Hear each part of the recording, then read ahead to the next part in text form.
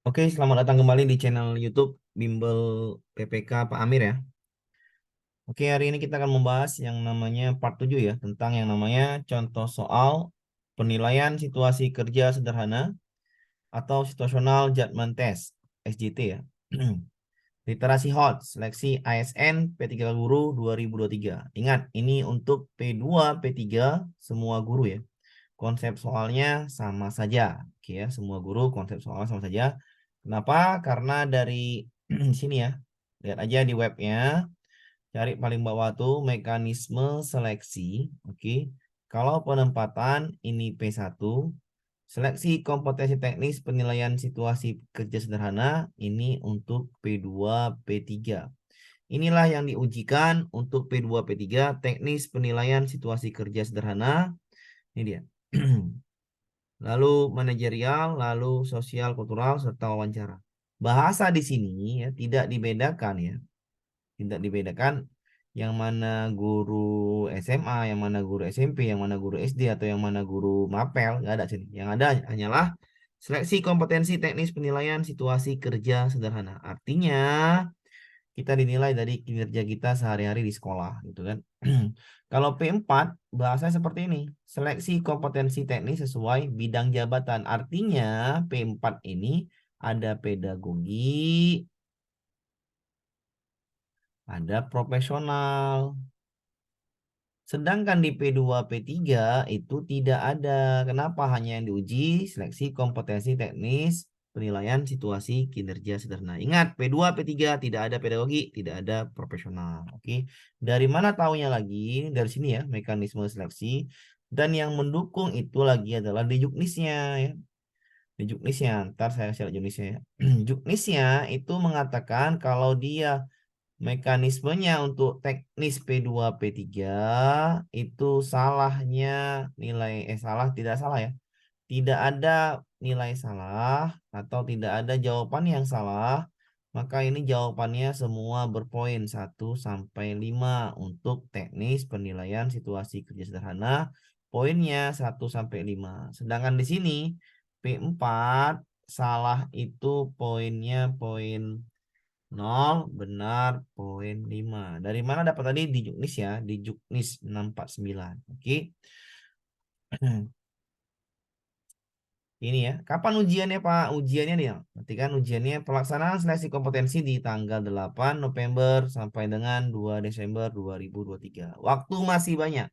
Masih banyak untuk persiapan untuk P2, P3 semua guru. Kenapa? Karena ujiannya itu dimudahkan pemerintah daripada P4. Jadi bersyukurlah P2, P3 tinggal perankingan saja siapa yang di atas, maka dia yang akan menang untuk P3K tahun ini. Jadi berusaha belajar untuk perankingan ya, untuk perankingan, untuk peringkat terbaik. Dari mana dapatnya Pak? Dari sini ya, dari mekanisme lagi ya, dari mekanisme atau juknis ya, juknis P3K.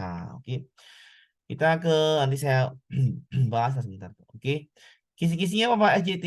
SJT itu kisi-kisinya nih. Nah, kita masukkan nomor 1 mengukur kemampuan manajemen kelas. Oke, manajemen kelas ya, biar kelasnya kondusif. Nih, oke. Yang kedua, pengukuran etika profesional, bagaimana mengambil keputusan yang etis. Oke, ini dia. Sisi yang kedua itu adalah menilai kemampuan berkomunikasi. Dari di sini bagaimana calon guru dapat berkomunikasi yang baik dengan orang tua, dengan siswa, dengan teman sejawat. Oke. Yang keempat, resolusi konflik. Bagaimana dia bisa meredakan konflik ya yang aman dan positif.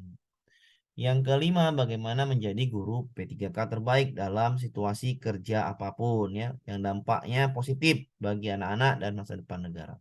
Itu kisi-kisi dari SJT yang akan diujikan di ujian seleksi P3K Guru 2023. Oke, kita lanjut ke part 7 ya untuk yang soal-soalnya ya, soal contoh soal lah ya berkata. Bagi yang yang sudah mengikuti bimbel saya ya untuk ini atau yang subscribe itu udah sampai 1, 2, 3, 4, 5, 6-nya sudah ada ya di video sebelumnya dan ini part 7-nya ya, part 7-nya. Oke, kita lanjut ke soalnya. Nomor 1. Salah satu persyaratan untuk menjadi guru adalah memiliki kompetensi akademik S1 atau D4. Seorang guru teman sejawat Anda di sebuah SMA swasta di Surabaya tidak memiliki salah satu persyaratan wajib yang diharuskan undang-undang, tetapi sudah aktif mengajar. Apa yang Anda lakukan? Oke. Triknya untuk menjawab soal-soal literasi hot seperti ini atau soal yang panjang ya, soal yang panjang dan jawabannya panjang, itu triknya sama lah semuanya, hanya membandingkan jawaban karena ini jawaban berpoin, bandingkan jawaban A, B, C, D, E itu. Caranya A dulu sama B. Saya akan melakukan pendekatan secara persuasif kepada guru tersebut dan memberikan informasi berkaitan dengan persyaratan tersebut serta membantunya dalam mencapai persyaratan. Ini baik ya. Saya akan memberikan usulan kepada kepala sekolah agar mengidentifikasi setiap guru yang belum memenuhi syarat wajib guru, kemudian memberikan dukungan agar mencapai persyaratan tersebut. Oke, ini baik. Oke, cara pertama itu yang A dan B ini sama-sama baik ya. Yang C, saya akan mencarikan informasi untuk guru berkaitan dengan program-program pemerintah yang dapat membantu guru yang belum memenuhi persyaratan wajib guru. Ini baik juga. Oke. Saya akan melaporkan guru yang bersangkutan ini salah ya. Melaporkan kepada kepala sekolah, dinas terkait agar mendapat sanksi salah ya. Saya akan diam saja salah. Oke. Ada 3 jawaban terbaik, tinggal bandingkan saja. Kita bandingkan dulu yang B dengan C. Lebih baik yang B ya daripada yang C. Oke, ini salah. Berarti tinggal antara A dan B. Mana yang 5 poin? Yang 5 poin saya rasa kalau dengan teman sejawat itu adalah pendekatan secara persuasif. Baru setelah itu memberikan usulan kepada kepala sekolah. Berarti jawabannya ini 5, ini 4. Iya. Kita lanjut ke soal berikutnya. Anda adalah guru yang mengajar di SMA. Beberapa peserta didik Anda memiliki bakat melukis. Anda ditugaskan sekolah untuk memilih salah satu peserta didik untuk mewakili sekolah dalam mengikuti lomba melukis antar sekolah. Ada 3 peserta didik yang Anda kenal dekat dan baik dibandingkan siswa yang lainnya. Apa yang Anda lakukan untuk menentukan pilihannya? A. Saat memilih perwakilan, saya akan melibatkan guru kesenian dan kepala sekolah agar terjadi objektivitas dalam menentukan pilihan. Baik. Saya akan mengadakan lomba melukis antar peserta didik dalam sekolah dengan tim penilai guru kesenian dan kepala sekolah. Selanjutnya, siswa yang memenangkan lomba yang berhak mewakili sekolah. Ini baik. Kita bandingkan langsung aja. Kalau mau cara cepatnya, kita bandingkan langsung antara A dan B. Ya, antara A dan B. A dan B lebih baik A ketimbang yang B. Lebih baik B ketimbang yang A. Maka langsung salahkan yang A. Oke. B baik. Kita bandingkan B dengan C. Saya akan meminta peserta didik untuk menyerahkan hasil karyanya yang dibuat di rumah. Ini dibuat di sekolah. Maka yang paling baik adalah B. Ini salah juga. Saya akan memilih peserta didik yang mudah dihubungi. Salah ya. Saya akan memilih peserta didik yang mewakili sekolah berdasarkan kedekatan saya secara pribadi. Salah juga ya. Maka jawaban 5 poin itu di B. Kalau 4 poinnya mana Pak? 4 poinnya mungkin di A, 3 poinnya mungkin di C. Iya, 5 poinnya pasti di B. Oke.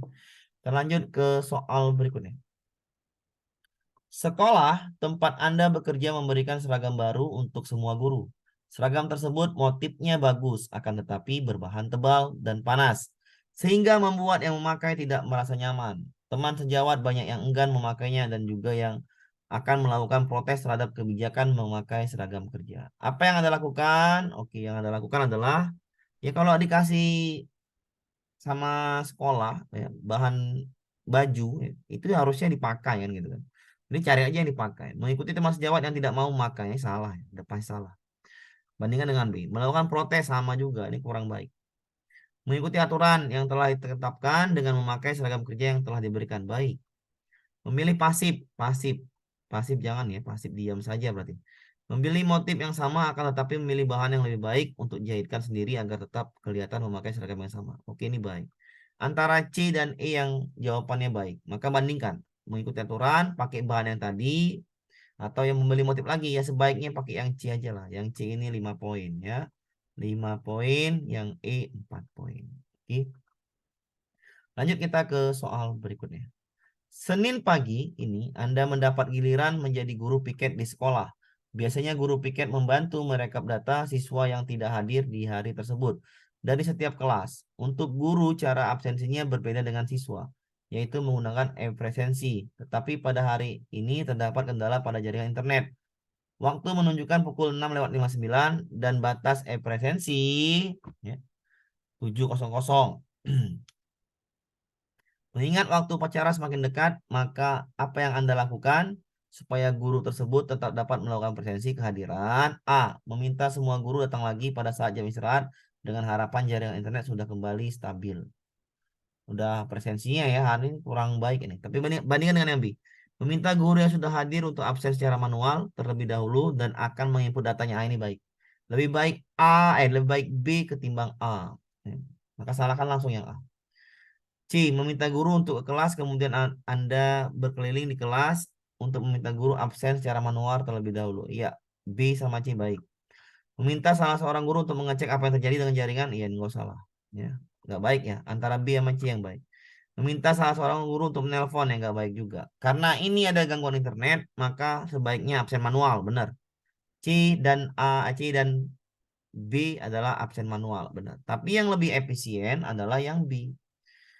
Yang sudah hadir untuk absen secara manual. Maka ini 5 poin, ini 4 poin yang C. Jawabannya B, 5 poin. Soal selanjutnya. Anda merupakan wali kelas untuk siswa kelas 8B. Anda bertanggung jawab atas pengolahan nilai ulangan tugas, keaktifan, dan juga kehadiran siswa Anda. Anda mengetahui memang ada salah satu siswa Anda yang jarang masuk sekolah. Pada saat Anda mengolah nilai kehadiran, ternyata kehadiran siswa tersebut di bawah 60%, yang mana tidak memenuhi syarat siswa tersebut untuk bisa naik kelas. Berhubung ini masih dalam pertengahan semester, sebaiknya apa yang Anda lakukan? Ya kalau gini, ya solusi lah ya. Harusnya ada solusi seperti ini. Karena dia tidak memenuhi syarat untuk naik kelas. Maka cari solusinya. Membicarakan siswa tersebut kepada siswa lain, ya nggak usah lah. Membicarakannya kurang baik ini ya. Menghubungi pihak keluarga dari siswa tersebut, kemudian menyampaikan apa yang terjadi. Iya, ini baik ya. Menghubungi orang tua siswa, bertanya tentang keadaan siswa, mempertimbangkan apa yang disampaikan orang tua siswa dan mencari solusi. Iya, baik juga yang ini. Memanggil siswa tersebut bersama orang tuanya ke sekolah untuk mendiskusikan apakah ingin lanjut sekolah atau tidak. Nah, ini yang apa namanya kurang lah ya. Ya ini tapi ini nantilah. Yang di ini cara terakhir lah. Membicarakan siswa tersebut kepada wakil siswa dan guru BK. Iya bagus juga. Ada 4 jawaban yang baik, tapi yang di kurang lah. Nanti partai terakhir lah nih. Maka jawaban yang tepat itu yang mana? Yang C. Yang C ini 5 poin. Cari solusinya, menemukan solusi. Maka C lebih baik ketimbang B. Ya, ataupun ketimbang E. Maka yang B yang ini yang mana? 4 poin di B. Oke, itu ya bagi yang mau ya, yang mau. Jadi belajar itu ya Pak Ibu ya. Belajar itu bisa dari manapun ya. Bisa dari manapun ya. Bisa dari yang namanya satu belajar mandiri ya, belajar mandiri ya karena ini kan saingannya ya cukup banyak lah untuk guru-guru kelas misalnya itu karena dia formasinya banyak itu banyaklah saingannya. Ini contohnya guru kelas ya. Yang kedua ya bisa lewat bimbel ya. Kalau mau banyak latihan soal ya lewat bimbel ya. Bimbel manapun itu. Yang ibu percaya bimbel itu maka ya kejar untuk bimbel. Kenapa? Karena biar supaya Bapak Ibu dapat yang namanya melatih kecepatannya. Karena ujiannya itu 120 menit ya, ujiannya 120 menit. Yang diujikan itu teknis penilaian SJT atau penilaian situasi kerja sederhana itu 90 soal. Ya ini bisa saja semuanya literasi hot ya. 90 soal. Kenapa? Karena BKN pastilah literasi hot. Teknis SJT manajerial itu 25 soal, sosial kultural, soskul itu yang namanya 20 soal. Berarti ada total 135 soal dalam waktu 120 menit diambil dari Juknis. Oke. Artinya siapa yang cepat atau siapa yang sering latihan menjawab soal, maka dia bisa memenangkan P3K ini. Karena soal ujian P3K untuk P2, P3 ini semua jawaban berpoin. Maka siapa yang lebih cepat membaca, siapa yang lebih cepat berlogika untuk mencari jawaban yang terbaik, poin jawaban terbaik, maka itu yang menang. Kenapa? Karena dia sudah latihan. Jadi latihan itu banyak, belajar mandiri dan bisa bimbel. Oke, Bapak Ibu ya. Oke, nanti setelah ini ya, setelah video ini akan saya jelaskan ya bagaimana pemenang ya, pemenang bagi P3K Pak. Kayak mana Pak sistem perankingannya? Bagaimana ya menentukan pemenang? Nanti kita bahas ya di mekanisme yang ini. Oke, kita bahas lagi ya tentang mekanisme siapa yang menjadi pemenang, bagaimana peringkatnya, bagaimana penyusuan rankingnya. Nanti kita bahas ya setelah video ini. Oke, tadi juknis tadi ya. Untuk yang juknis tadi nanti nih 90 soal kompetensi teknis, 25 soal manajerial, 20 soal namanya sosial kultural. Wawancara kapan Pak? Wawancara itu setelah yang namanya ini seleksi yang tiga ini ya. Jadi seleksi dulu yang tiga ini baru masuk wawancara. Dari mana Pak? Ini dari yang sini. Setelah itu nih. Oke, setelah nanti ada seleksi chat, maka baru wawancara ya. Wawancara di kabupaten masing-masing ya. Lulusannya dikali 3 jumlah kebutuhan jabatan. Nanti ini kita bahas ya. Nanti kita bahas yang ini di video selanjutnya. Jadi nantikan saja video-video dari Bimbel Pak Amir atau Bimbel P3 Pak Amir. Maka nanti dapatlah ya gambaran-gambaran bagaimana ujiannya. Yang mau gabung bimbel juga bisa ya. Yang mau gabung bimbel juga bisa karena bimbel kita berdasarkan juknis ya dan mekanisme yang diadakan pemerintah. Jadi dari situ kita ambil kisi-kisi soalnya, kita cari ya mana sih kisi-kisi yang baik untuk SJT ini. Itu sebenarnya sudah ada di ASN ya, sudah ada di ASN. Oke, eh, jadi nantilah kita apa namanya untuk yang mau bimbel silahkan ya dihubungin bagaimana ya hubunginnya nih bisa daftar kelasnya di 0852 3019 6013 atau di 0823 0470 2426. Oke.